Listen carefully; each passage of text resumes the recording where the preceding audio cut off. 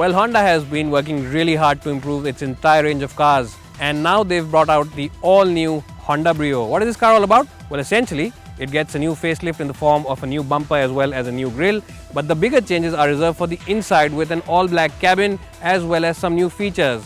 So is it really worth a second look if you're in the market for your first ever small car? We'll find out on the show today.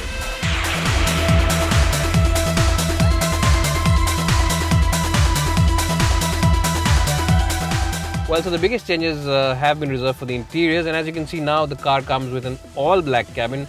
Now, this is the interior that Honda should have given in the first place when they launched this car. And why is that? Because it goes with the sporty nature of this car. The beige interior just did not gel with the sporty handling of the Brio. Well, the other good thing is that the quality of the cabin is pretty good. The dashboard now is shared with the Amaze as well as the BRV, and a lot of the switchgear is very similar. A new addition, of course, is this AC unit over here. The circular knobs are out now, and you get this nice funky looking unit. It's not still an automatic climate control, but it does work well. It is a pretty efficient unit, and it does chill the cabin quite fast. You also get height adjustment for the driver's seat, which is a good feature, and you also get the steering adjustment, which adjusts for rake but not for reach, but that's quite okay because most other cars at this price point also offer only rake adjustment. Well, and if you have been following my reviews by now, you will be knowing that I am quite obsessed with water bottle holders inside the cabin, and this one has two over here in the middle and two large ones in the door bins, which can generally house those big bottles from your home. And apart from the water bottle holders, you also get a big tray over here where you can keep your wallet. There's also place just below it where you can keep your sunglasses, and there's also a little tray over here where you can keep your cell phone if you want to keep it away from your little kids inside the car. So overall, in terms of practicality, the Brio is a good place to be in. Well, so here I'm in the back seat of the new Brio, and headroom is more than generous for even someone who is my height, which for reference is about 5'10", and taller passengers should not have a problem in the back for headroom. But when it comes to legroom, as you can see, it is just about adequate. It's not too much over here. So in that sense, people who prefer to be chauffeur driven won't really prefer this car. But that said, the floor panel is almost flattish. There's a small hump in it, but it's really small. So whoever's sitting in the middle has place to stretch his feet. Well, if you are someone who has a lot of passengers in the back seat, then chances are you'll only manage to sit two inside the Brio because it's not a very wide car. And if you have three people sitting abreast, well, they will end up being very intimate with each other.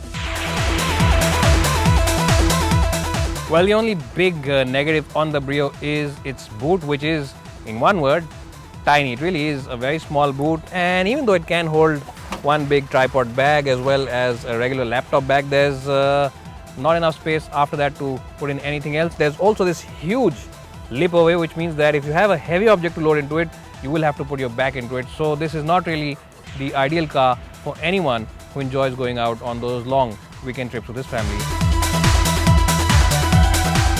Well, so here I am driving the new Honda Brio, and I remember this car comes with only a 1.2 litre petrol engine. There's no diesel, unlike the Amaze, which also has a 1.5 diesel on offer.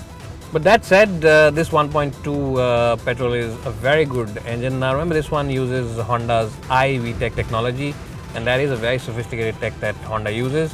And it's a light car, it's not a very heavy car, and the engine is pretty responsive. So that means that acceleration is pretty peppy, and this car feels really lively when you're driving in the city. The good part is that the steering wheel is really crisp, it's very dynamic, it is very sharp, and you can throw all the best superlatives at the steering wheel because it really is very good. And the suspension is also pretty tight on the outside, which means that this car doesn't have any body roll when you push it into corners, and that along with the dynamic chassis means that this Brio really does enjoy lane changes and is really as fast as a housefly. Well, even though Honda hasn't paid me to say it, I will say this, that the Honda Brio is the best driver's car in the premium hatchback space on sale in India at the moment, and it is also the car which offers you the best manual gearbox. It has a very sniggery-snick gearbox. It's a very crisp unit, and that along with the light clutch and this hugely precise steering wheel makes driving this car wherever you are, in the city, on the hills, on the highway, a very joyous affair. Now, even though the suspension is on the tighter side, it is a little harsh, it does feel very good when you're on the highway. It feels very stable, rock solid, and that really goes to show you the amount of engineering that Honda has managed to put in to this little Brio. Well, the other good point about this iVTEC motor is that it loves to be revved, and it's a very typical Japanese engine. When you rev it hard, you get the best performance out of it. It really does have all of its juice towards the upper end of its rev band, which makes pushing this car on the rev limiter a joyous affair.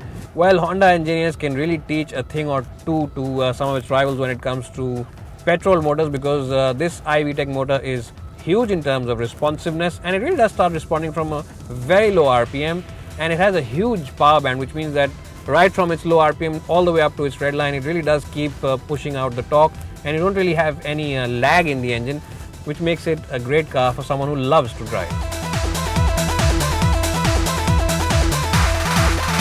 Well, despite those minor negatives, if you are in the market for a car which offers you a lot of driving thrills but doesn't come at a big price and also has compact dimensions, then this is a good car for you. Also, it's a good car for you if you want a thoroughly engineered, fuel efficient as well as well packaged Japanese product. But if you're not as convinced about it as I am, you should also check out our review of the Maruti Suzuki Swift by clicking over here, and also check out our review of the Hyundai Grand i10 by clicking over here. And as always, don't forget to subscribe by clicking on this button over here.